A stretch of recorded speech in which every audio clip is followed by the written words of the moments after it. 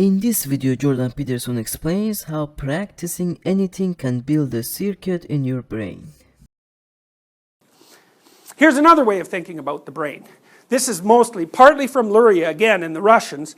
This is from one of his students whose name is L. Conan Goldberg, who's a practicing neuroscientist in New York, and I think he's a very bright guy. And I like his theory because, you know, you've heard classic theories about linguistic versus non-linguistic hemisphere. So the left hemisphere usually is regarded as the linguistic hemisphere because in right-handed males in particular, language tends to be, pretty located in the left hemisphere. Now, what I would say instead of that is that there are linguistic and non-linguistic systems in the brain.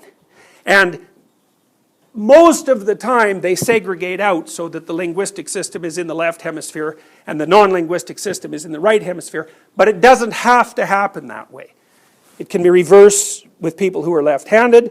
It's more distributed in women, and if you lose your whole right hemisphere when you're like 18 months old, so you don't even have a right hemisphere, your left hemisphere will specialize so that it has a linguistic system and a non-linguistic system. Partly the way to think about that is that, the top part of your brain, the cortical cap, you can kind of think about that as plurivalent territory. Lots of things could happen to it. And what happens is that as you develop, the underlying systems, the more biologically archaic systems, colonize the cortex. They fight, basically. So, your ears and your eyes fight over which part of the back of the brain they're going to have access to.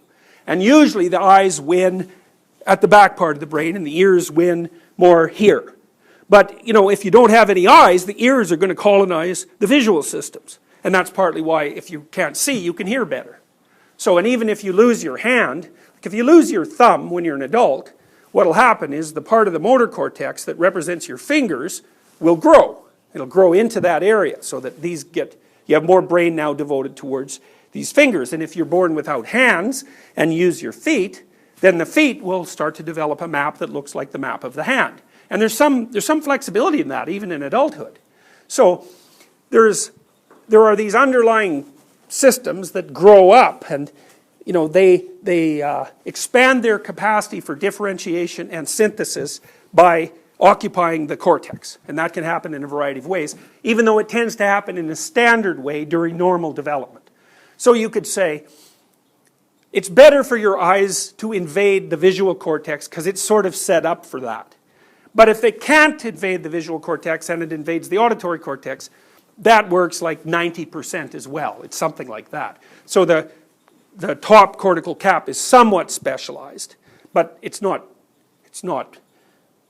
specialized to the degree that it's lost its plasticity for the first stages of development. It's why child neuropsychology tends to be such a mess, is because the child's brain is so plastic that you can't really say with any certainty what any given part of it happens to be doing, except down in the, in the ancient areas where some stability has been attained.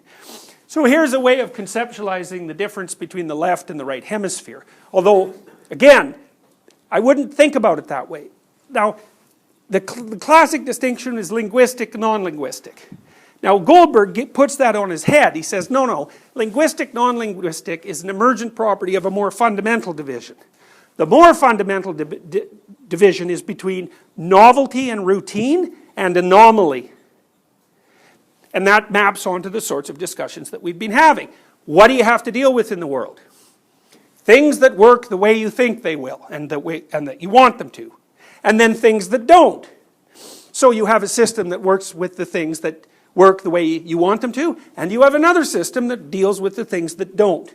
And roughly speaking, in the standard human brain, the right hemisphere seems to be wired for novelty detection, emotional response, and provisional processing, whereas the left hemisphere seems to be specialized for routinized activities, and that would include representation in language.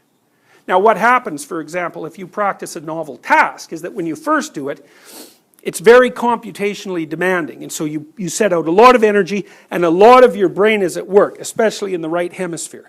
And as you practice it, the right hemisphere stops working and the left hemisphere works more and more, and then a big part of the left hemisphere works, and then as you keep practicing it, that moves back until there's a little tiny part of your brain that's really active when you're doing it and you're good at it. And so partly what happens is, imagine it this way, is your brain, when you're first trying to do something complex, it's maybe you're trying a new piano piece, or maybe you're doing some improvisation.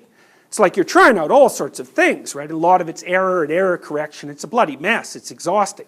You're doing all this, and you're getting rid of that thing that doesn't work and that thing, and you re-practice this part that's awkward. And as you do that, there are fewer and fewer errors, less variability, and more routinization. And as you're doing that, you're building a little machine at the back of your head that does this perfectly, but that really can't do anything else.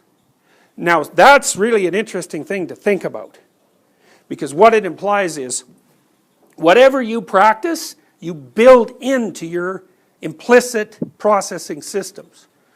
So be careful what you practice.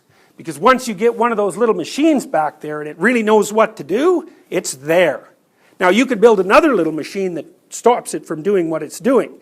But it's pretty damn hard to get rid of that machine once you've built it. And so if you build a cocaine consuming and desiring machine in your head, that machine might end up being more powerful than you are, in which case you're basically ruined. And that's really what happens to people who are addicted, because they build expertise in cocaine seeking and preparation and ingestion, and it's really a powerful system because it gets hit by dopamine every time it's successful. So it grows into this like monstrous subpersonality, and all that you need to activate that subpersonality, even if it's been dormant for a long period of time, and you know you're out of the addiction, is the sight of something associated with cocaine. It's like, whoop, up it comes, and you're under that's the monkey on your back, so to speak. And so what happens when you're trying to get people unaddicted is that you can take them to a treatment center and let them go through all the minor league horrors of withdrawal, which are nowhere near as bad as people generally claim. So like heroin withdrawal is like a very bad flu for about 4 days. It's not exactly pleasant, but it's not like alcohol withdrawal, which just like kills you often. So you let the person get through all that, they're no longer dependent on the chemical, and they're fine, as long as they're in the treatment center. But as soon as you put them back in their environment and they see like their friend Joe, who's like, you know, their drinking and cocaine partner, it's like poof, up comes the monster and they're gone. And it's very, very difficult to treat addictions, and that's because an addiction is not a psychological thing. It's like you've built a real monster in your head, and you're going to have to like bore it to death over years before it goes away. And then if you're stressed, well, that's going to make it even more difficult for you to inhibit it. And well, it's a bloody mess. It's a mess. Or if you get money, which is like the worst thing that can happen to you if you're an addict. You know, it's like I've had addicts as clients, and the worst thing that ever happens to them is payday. It's like they're gone on payday for like 3 days. They're gone. And then they come back and they're all beat to death because they've screwed up horribly and they're broke, and so then they're safe till the next time they get some money.